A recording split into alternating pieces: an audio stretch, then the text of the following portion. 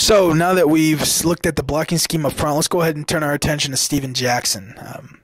What a fantastic run he has on this play, and really a textbook, picture-perfect execution on his part, from his footwork to his vision and to his finish. Just an outstanding job by him.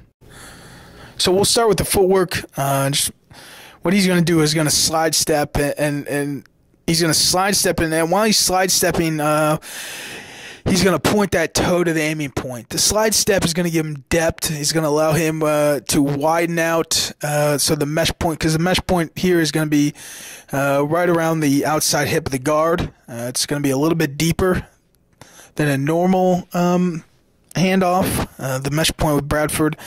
And when he gets this ball, he wants to be, his aiming point now is going to be the inside leg of tight end Lance Kendricks. And you'll notice right off the start, slide step, and that toe is pointed right at his aiming point. And he does a good job. The slide step is going to give him depth. He maintains his balance despite the wide slide, because he does have to get out there. And again, you'll notice here I've illustrated the toe is pointed right at his aiming point. So he's ready to get that ball, and he's going to head to his aiming point right away.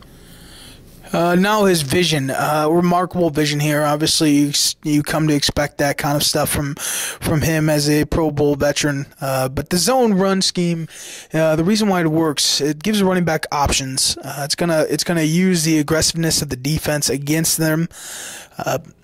But he'll on a given run play, the running back's gonna have options. We've talked in the past a little bit about a bang, bend, bounce option. Bang being taking the handoff and going through the original hole. Bouncing one hole outside of that original hole, or a bend option, which is one hole inside the original hole. And usually on a kind of an outside zone, you eliminate what's known as a cut option, which is two holes inside of the original hole. Definitely at the lower level, high school level, and some of the lower level college levels, you'll eliminate that cut option. But here, that's actually what Steven will do, is use this cut option, two holes back, and he'll burst for daylight. So he's going to get the ball here, and we'll see he's going to press the line of scrimmage. And the reason why he's going to press the line of scrimmage, and what I mean by that is he's going to get the ball, and he's going to get, before he makes a decision, he wants to get to the heels of his offensive line. And that's because he wants that defensive front flowing to the hole. That's what this play is designed to do.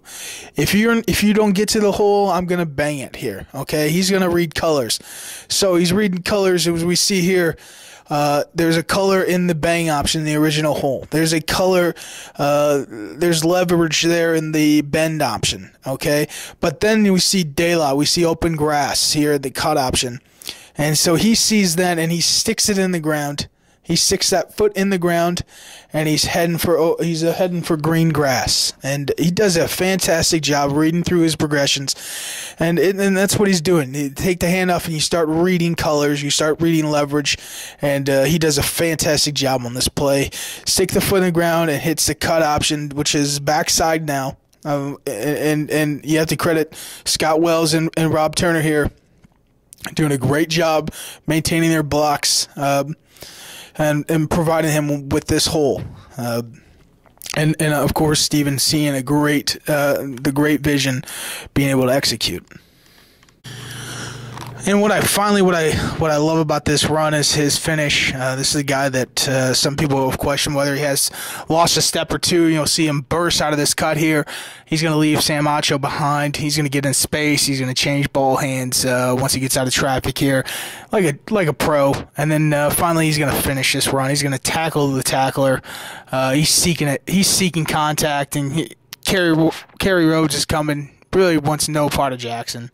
It's a fantastic finish to a 46-yard run.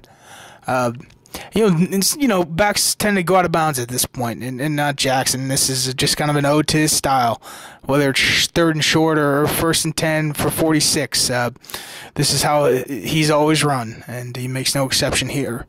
This run actually is his longest run of the year, and actually his longest run since his first carry of the 2011 series. If you remember, that first carry against the Eagles last year went for 47 yards and a touchdown.